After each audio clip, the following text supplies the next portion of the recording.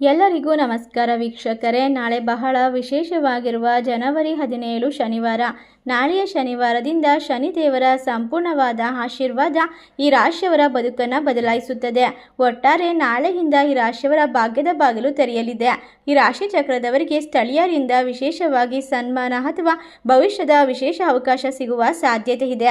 ಹಾಗಾದರೆ ನಾಳೆಯಿಂದ ಯಾವ ರಾಶಿಯವರು ಹೆಚ್ಚಿನ ಒಂದು ಲಾಭ ಹಾಗೂ ಸಂಪತ್ತನ್ನು ಬರಮಾಡ್ಕೊಳ್ತಾರೆ ಎಂಬ ಸಂಪೂರ್ಣವಾದ ವಿಶೇಷವಾದ ಮಾಹಿತಿಯನ್ನು ನೋಡ್ತಾ ಹೋಗೋಣ. ಅದಕ್ಕೂ ಮುನ್ನ ನೀವು ಕೂಡ ಶನಿದೇವರ ಭಕ್ತರಾಗಿದ್ದಲ್ಲಿ ವಿಡಿಯೋಗೆ ಒಂದು ಲೈಕ್ ಕೊಟ್ಟು ತಪ್ಪದೇ ನಮ್ಮ ಚಾನಲ್ನ ಸಬ್ಸ್ಕ್ರೈಬ್ ಮಾಡಿ, ಹಾಗೆ ಪಕ್ಕದಲ್ಲಿ ಇರುವಂಥ ಬೆಲ್ ಐಕನ್ನ ಪ್ರೆಸ್ ಮಾಡಿ.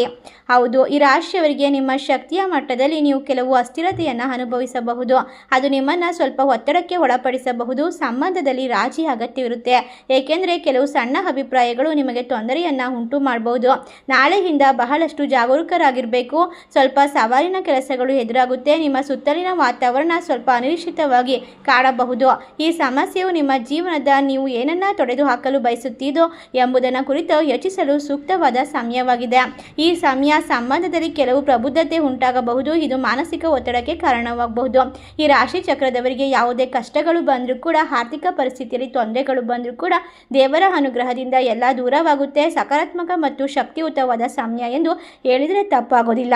ನಾಳೆ ನಿಮ್ಮ ಸೃಜನಶೀಲತೆ ಉತ್ತುಂಗದಲ್ಲಿರುತ್ತೆ. ನಿಮ್ಮ ಆಲೋಚನೆಗಳು ಮತ್ತು ಭಾವನೆಗಳು ಅತ್ಯುತ್ತಮವಾದ ರೀತಿಯಲ್ಲಿ ವ್ಯಕ್ತಪಡಿಸಲು ನಿಮಗೆ ಅವಕಾಶ ಸಿಗ್ತಾ ಹೋಗುತ್ತೆ. ನಿಮ್ಮ ಸುತ್ತಮುತ್ತಲಿನ ಜನರೊಂದಿಗೆ ನೀವು ಆಳವಾದ ಮತ್ತು ಅರ್ಥಪೂರ್ಣವಾದ ಸಂಭಾಷಣೆಯನ್ನು ಸ್ಥಾಪಿಸುತ್ತೀರಾ.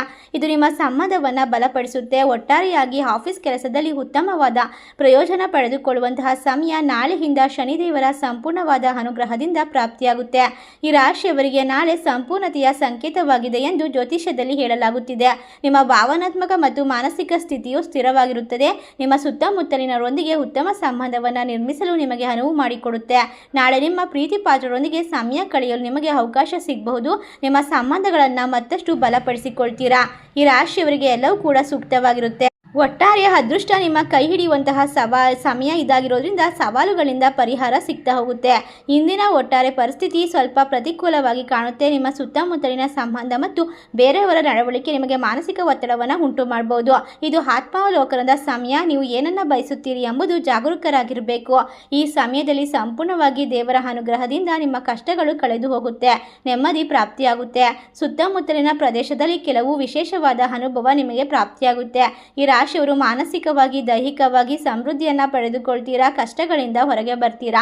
ಅಸಾಮಾನ್ಯವಾದ ಕೆಲಸಗಳನ್ನು ಕೂಡ ನಾಳೆ ಪೂರ್ಣಗೊಳಿಸಬಹುದು. ಕೋರ್ಟ್ ಕೇಸ್ ವ್ಯವಹಾರದಲ್ಲಿ ಇರ್ತಕ್ಕಂಥ ಅಡೆತಡೆಗಳು ತೊಂದರೆಗಳು ದೂರವಾಗುತ್ತೆ.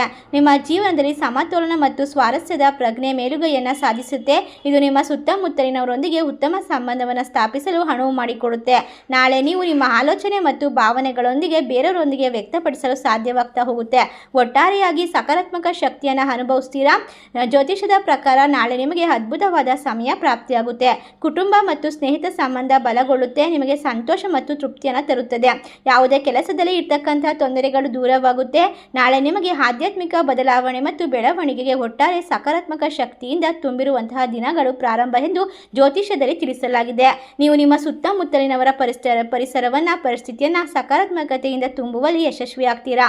ಇಷ್ಟರ ಲಾಭ, ಒಳ್ಳೆಯ ದೃಷ್ಟಿಕೋನ, ಆಲೋಚನೆಯನ್ನು ಬರಮಾಡಿಕೊಂಡು ಶನಿದೇವನ ಕೃಪೆಗೆ ಪಾತ್ರರಾಗ್ತಿರುವಂತಹ ಅದ್ಭುತವಾದ ರಾಶಿಗಳು, ಅದೃಷ್ಟವಂತ ರಾಶಿಗಳು ಯಾವ್ಯಾವು ಅಂತ ನೋಡೋದಾದರೆ ಕುಂಭ ರಾಶಿ, ಮಕರ ರಾಶಿ, ಮಿಥುನ ರಾಶಿ, ಧನಸ್ಸು ರಾಶಿ, ತುಲಾ ರಾಶಿ, ಕರ್ಕಾಟಕ ರಾಶಿ. ಈ ರಾಶಿಗಳಲ್ಲಿ ನಿಮ್ಮ ರಾಶಿ ಇದ್ದರೂ ಇಲ್ಲದಿದ್ದರೂ ಭಕ್ತಿಯಿಂದ ಓಂ ಸಂ ಶನೇಶ್ವರಾಯ ನಮಃ ಎಂದು ತಪ್ಪದೆ ಕಮೆಂಟ್ ಮಾಡಿ. ನಮ್ಮ ಚಾನಲ್ಗೆ ಸಬ್ಸ್ಕ್ರೈಬ್ ಮಾಡಿ. ಧನ್ಯವಾದಗಳು.